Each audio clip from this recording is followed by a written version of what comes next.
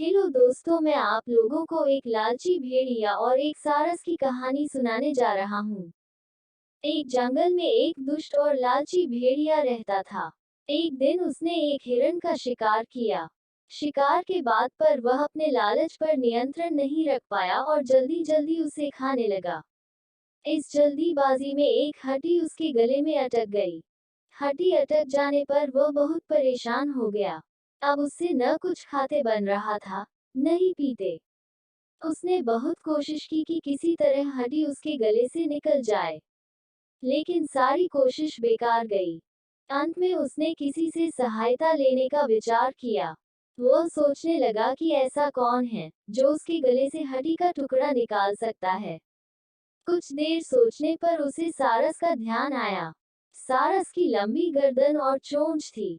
वह उसके मुंह में अपनी चोंच घुसाकर आसानी से हड्डी निकाल सकता था। बिना देर किए भेड़िया सारस के पास पहुंचा और बोला, सारस भाई, मेरे गले में एक हड्डी अटक गई है। क्या तुम अपनी चोंच से वो हड्डी निकाल दोगे? मैं तुम्हारा बहुत एहसानमंद रहूंगा और तुम्हें उचित इनाम भी दूंगा।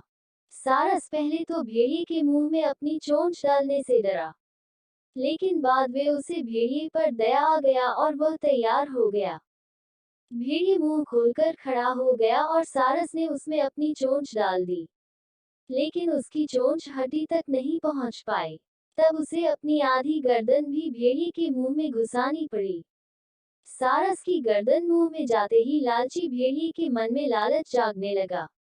उस सोचने लगा कि यदि मैं इसकी लजीज गर्दन को चबा पाता, तो मजा आ जाता। लेकिन उस समय उसे अपने गले में फंसी हड्डी निकलवानी थी, इसलिए वह मन मारकर रह गया। कुछ ही देर में सारस ने उसके गले से हड्डी निकाल दी। हड्डी निकलते ही भेड़िया जाने लगा। न उसने सारस को धन्यवाद दिया न ही इनाम। सारस ने उसे रोककर कहा, मेरा इनाम कहाँ है? तुमने कहा था कि तुम इस काम के बदले मुझे इनाम दोगे। भेड़िया बोला, एक भेड़िए के मुंह में अपनी गर्दन डालकर भी तुम सही सलामत हो, क्या ये तुम्हारा इनाम नहीं है?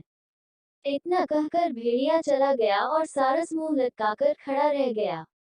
बच्चों, इस कहानी से हमें ये सीख मिलती है कि लालची और दुष्ट व्यक्ति से कभी कृतज्ञता या पुरस्कार की अपेक्षा नहीं करनी चाहिए।